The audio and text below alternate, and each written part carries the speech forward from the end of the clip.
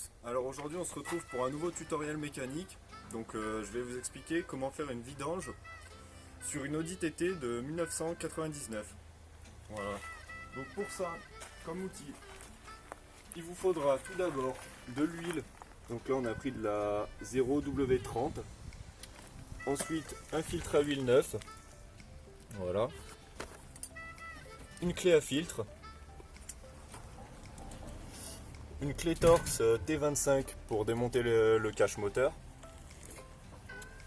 Pour la vis de purge, une clé à douille en 19 et une vis de purge. Voilà. Une petite bassine aussi pour récupérer l'huile. Donc là on va commencer par enlever le bouchon d'huile. Voilà, tout simplement. Ensuite on passe sous la voiture. Donc ici on a enlevé le cache moteur déjà. Maintenant vous prenez la petite bassine. Voilà. Vous la positionnez juste en dessous de la vis de purge. Et là on va venir enlever cette vis.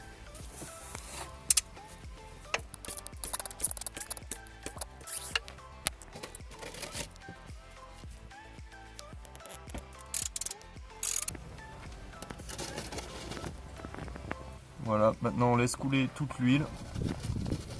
Alors une fois qu'il n'y a plus d'huile qui coule, on va desserrer le filtre, donc à l'aide de la clé à filtre.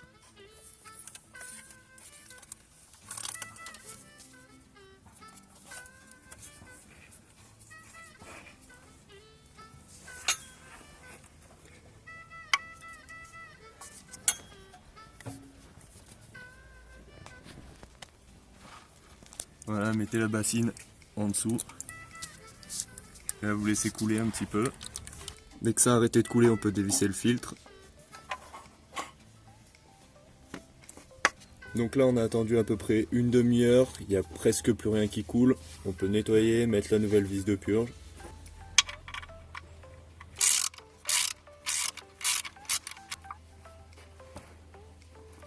Maintenant vous allez nettoyer la partie qui est toute grasse, toute pleine d'huile avant de mettre le nouveau filtre. On va venir mettre un petit peu d'huile dans le filtre.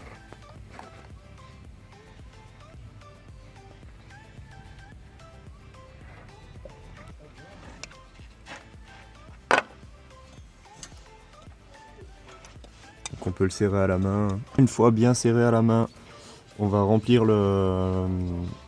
on va remettre le niveau d'huile et on va tester l'étanchéité du filtre à huile avant de le resserrer comme il faut.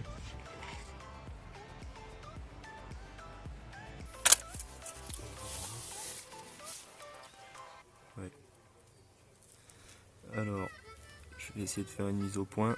Donc là on est au niveau, on a ce qu'il faut, on est à peu près ici. On va revisser le bouchon d'huile. Maintenant on va faire tourner le moteur quelques instants pour vérifier que le filtre à huile ne perde pas d'huile, qu'il soit bien étanche.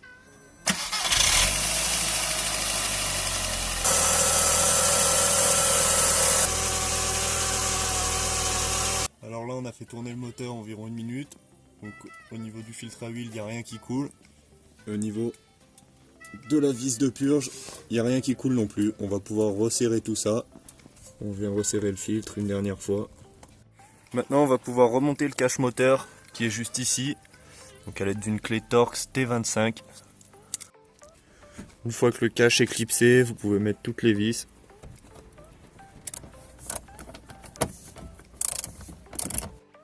La vidange est terminée, donc ça nous a pris à peu près 1 heure en prenant notre temps tranquillement.